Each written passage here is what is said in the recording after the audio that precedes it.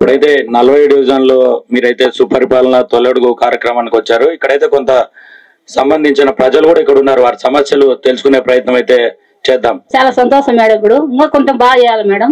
అది తాబల్దారి bridge madam, అది ఇంకా కొంచెం బెస్తా ఉన్నావు కదా వేయాలి మేడం.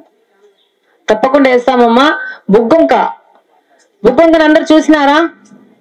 ఇప్పుడు ఎట్టుంది బుగ్గొంక, ముందు ఎట్టుండింది? ఇప్పుడే బాగుందా? దాదాపు 60 సంవత్సరాలు అయింది. చాలా మంది గెలిచినారు ఇక్కడి నుంచి. ఎవరన్నా బుగ్గొంకని క్లీన్ చేయాలా, క్లీన్ చేసి బుగ్గొంక పరివాహక ప్రాంతంలో ఉన్న ప్రజల ఆరోగ్యం కూడా మన బాధ్యత అని ఒకరన్నా ఆలోచన చేసినారా? ఒక తల్లికి 7 మంది పిల్లలు, 7 మందికి తల్లికి వందనం పడింది. ఇంకొక కుటుంబం, ముస్లిం కుటుంబము, జాయింట్ ఫ్యామిలీ, 13 మంది పిల్లలు ఉండారంట ఒకటే ఇంట్లో. 13,000 రూపాయలు 13 పిల్లలకు పడింది. ఇది కాదు, ఇది జరగదు అన్నారు, ఎగతాళి చేశారు. అపోజిషన్ పార్టీలో ఉన్న నాయకుడు అయితే పాప నీకొచ్చిందా, అమ్మ నీకొచ్చిందా, చిన్నోడా నీకొచ్చిందా అన్నాడు. ఈ రోజు ఆ మాట్లాడిన వాళ్ళందరూ ఎక్కడికి వెళ్లారో తెలియదు. ఈ రోజు ప్రజల సంతోషం చూస్తే ప్రజల్ని ఫేస్ చేయాలంటే వాళ్ళకి భయంగా ఉంది, వాళ్ళ ఎగతాళికి అవలైకి. ఈ రోజు 1-2 పిల్లలకి రాకపోతే ఎందుకు రావట్లేదని అక్కడికక్కడ మేము సుపరిపాలన తొలడుగు ప్రోగ్రాంకి వెళ్తే ఎక్కడికక్కడ సచివాలయ సిబ్బందిని తీసుకొని వెళ్ళేసి అక్కడనే యాప్ ఓపెన్ చేసుకొని అక్కడే కొంతమందికి ఏం జరుగుతా ఉందంటే కరెంటు బిల్లు ఎక్కువ ఉంది, 300 యూనిట్లు. ఇప్పుడు తెలుగుదేశం ప్రభుత్వం వచ్చినాక పింఛన్లకి అంతకుముందు 200 యూనిట్లు ఉండింది, ఇప్పుడు మనకు 300 యూనిట్లు. అంటే ఒక 100 యూనిట్లు ఇంకా ఎక్స్ట్రా పెంచినారు. ఇంకా కొంతమంది ఏమైనా కొద్దిగా కరెంటు బిల్లు ఎక్కువ ఉన్నా కూడా వాళ్ళు కూడా అవకాశం కోల్పోకూడదని ఒక 100 యూనిట్లు పెంచినారు. ఇప్పుడు పెంచితే అంతకంటే ఇంకా ఎక్కువ వచ్చిన వాళ్ళకి 1-2 రావటం లేదు. ఇది కాకుండా సమస్యలు ఏమొస్తున్నాయంటే తల్లికి వందనంలో ఈ యొక్క గత ప్రభుత్వంలో వాలంటరీ వ్యవస్థలో మ్యాపింగ్ చేసినారు రేషన్ కార్డులకి. ఈ మ్యాపింగ్ లో ఏం చేశారంటే అసలు సంబంధం లేని వ్యక్తుల్ని ఆ మ్యాపింగ్ లో చేర్చినారు. ఇప్పుడు ఈ వ్యక్తే ఉన్నాడు, ఈ వ్యక్తి రేషన్ కార్డులో, ఈ వ్యక్తికి ఆ వ్యక్తి అసలు తెలియదు, ఎవరో ఎక్కడో కర్నూలులోనో నంద్యాలలోనో పనిచేస్తున్న వ్యక్తిని తీసుకొచ్చి ఈయనతో కలిపి మ్యాపింగ్ చేసినారు. ఒక్కసారి Aadhaar card, ration card open చేయగానే ఈయనకు సంబంధం లేని వ్యక్తి దీంట్లో ఉన్నాడు. అంటే గత ప్రభుత్వము మనల్ని అందరినీ మోసం చేయడమే కాదు, దగా చేసింది. ఈ రోజు నేను ప్రజా దర్బార్ పెడితే ఇలాంటివి 7-8 మంది గ్రీవెన్స్ తీసుకొని వచ్చినారు. మా మ్యాపింగ్ లో 3 కొత్త వ్యక్తులు ఉన్నారు. ఇప్పటికీ డెలిషన్ ఆప్షన్ లేదంటున్నారు అనే. అదే దీని అట్లా కాదు, ఆప్షన్ లేదంటే ఇప్పుడు ఈ సమస్యలన్నీ ఎంత మందికి ఉన్నాయి అంటే ఓవరాల్ గా 1,50,000 మంది ప్రజలకి రాష్ట్రం మొత్తము ఈ మ్యాపింగ్ లో తేడాలు చేసేసి వాళ్ళ మ్యాపింగ్ ని ట్యాంపర్ చేశారు ఒక రకంగా చూస్తే. సో ఇప్పుడు చంద్రబాబు నాయుడు గారు ఆల్రెడీ ఈ రోజు కూడా ఒక మీటింగ్ జరిగింది. దాదాపు 1.5 లక్ష పైన ప్రజలు దీని మీద కంప్లైంట్లు రైజ్ చేయడం జరిగింది. మేము కూడా మన కడపలో సచివాలయంలో ఎవరన్నా ఇలాంటి ప్రాబ్లమ్స్ ఉన్న వాళ్ళు ఉంటే ఇమీడియట్ గా కంప్లైంట్ రైజ్ చేసేస్తే ఇవన్నీ ఒక్కసారి ప్రభుత్వం దగ్గరికి వెళ్ళి ప్రభుత్వం దగ్గర ఒక మొత్తం 1,00,000-2 లక్షల చేరుతాయి.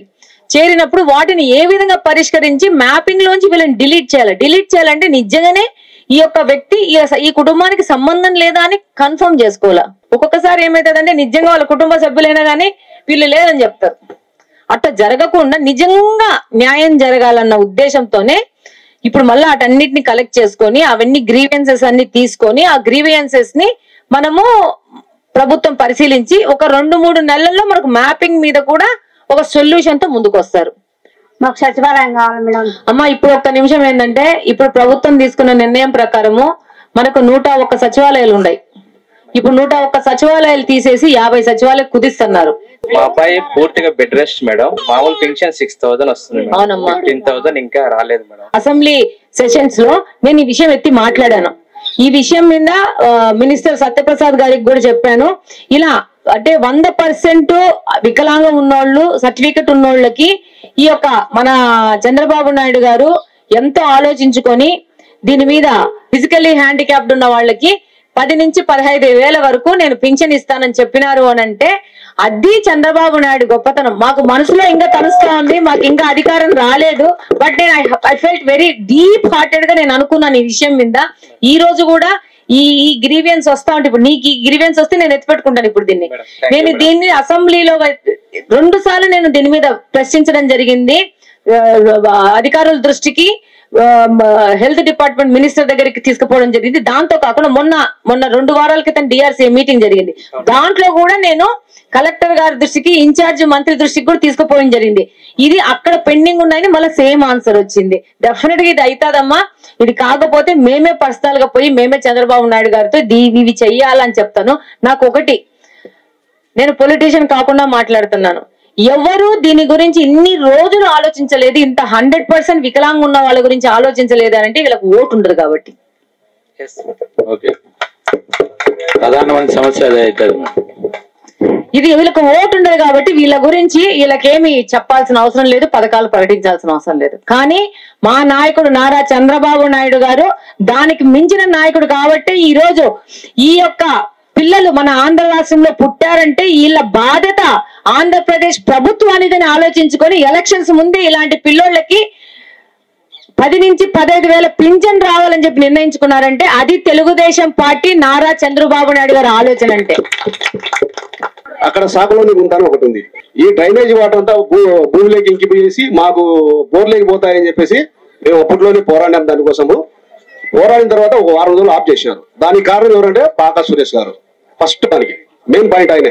మీరు బాధపడతాను కాబట్టి ఆ విషయం ఇప్పుడు మేడం గారితో నేనే చెప్పినాను. నువ్వే మాట్లాడుకున్నారంటే అంటే నేను మాట్లాడతాను. నేను ఒకటే చెప్తున్నాను, ఇప్పుడు మీ అందరికీ చెప్తున్నాను, ఆ అమ్మ చెప్పింది కాబట్టి చెప్తున్నాను. నేను ఎప్పుడైనా రేపు కార్పొరేషన్ ఎన్నికలు కూడా వచ్చినప్పుడు ఎవరు మనకొచ్చి నిలబడుకొని పని చేస్తారు, మన కోసం ఎవరు పని చేస్తారు.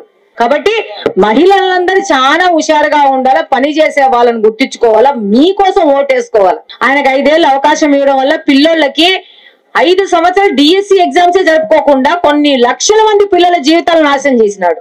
ఆయన పిల్లలను తీసుకుపోయేసి చక్కగా లండన్లలో చదివించుకుంటున్నాడు. మన పిల్లలకు వద్దా ఆ జీవితము? మన పిల్లలకు కూడా కావాలి కదా. మనకున్న స్తోమతలో మన పిల్లలకు కూడా కావాలి కదా. మన పిల్లలు డిగ్రీ చేసుకుని ఇంజనీరింగ్ చేసుకుని బయటకు వచ్చినాక మన పిల్లలకు కూడా ఒక కంపెనీలో ఉద్యోగం వచ్చే పరిస్థితి కావాలి కదా. అందుకే మొన్న 2025 సంవత్సరము కడప నియోజకవర్గంలో మా సొంత ఖర్చులతో జాబ్ మేళా పెట్టించినాం. దాదాపు 64 కంపెనీలని కడపకు పిలుచుకొని వచ్చి ఒక మెగా జాబ్ మేళా పెట్టుకొని 2200 మంది పిల్లలకి అక్కడికక్కడికి అపాయింట్మెంట్ వచ్చేటట్టు పనిచేసినాం. ఇంకొక 600 మంది పిల్లలకి సెకండ్ ఇంటర్వ్యూకి పిలిచినారు. ఇలా పనిచేసే వాళ్ళు కావాలా? ఈ రోజు చంద్రబాబు నాయుడు గారి దగ్గరికి పోతే నన్ను అడిగాడు, నువ్వు జాబ్ మేళా పెట్టావా అని అడిగారు. సార్ నేను ఫిబ్రవరిలోనే జాబ్ మేళా పెట్టాను అని అంటే ఇది ప్రతి ఒక్క సంవత్సరం నువ్వు పెట్టాలా అని చెప్పారు.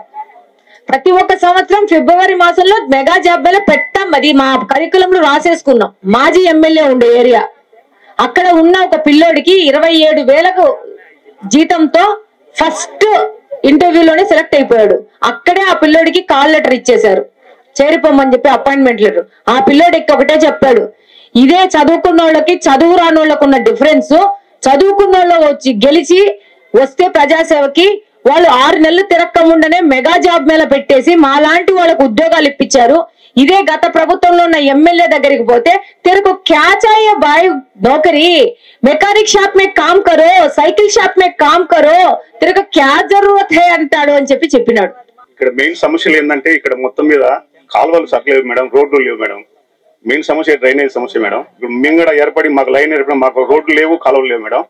అది కాక ఈ వైర్లు మొత్తం 2-3 లైన్లలో మేడం సింగిల్ ఫేస్ లైన్ ఇచ్చారు మేడం. వాళ్ళు ఇళ్ల పైన పోయినాయి మేడం. అది వాళ్ళు యాంక్లర్ వేస్తే కన్నా రోడ్డుకు వచ్చేసాయి మేడం లైన్లు. ఇక రోడ్లు డ్రైన్ల విషయం వస్తే నేను చంద్రబాబు నాయుడు గారికి పోయిన నెల కలవడం జరిగిందన్న. ప్రపోజల్స్ అన్ని తీసుకొని రా, దాని మీద మనము వర్క్ చేద్దాము అని చెప్పారు. నేను ఒకటే చెప్పాను, నాకు కావాల్సింది రోడ్లు కాలువలు అంతే. నేను అడుగుతున్నా, నేనేం అడగట్లేదు.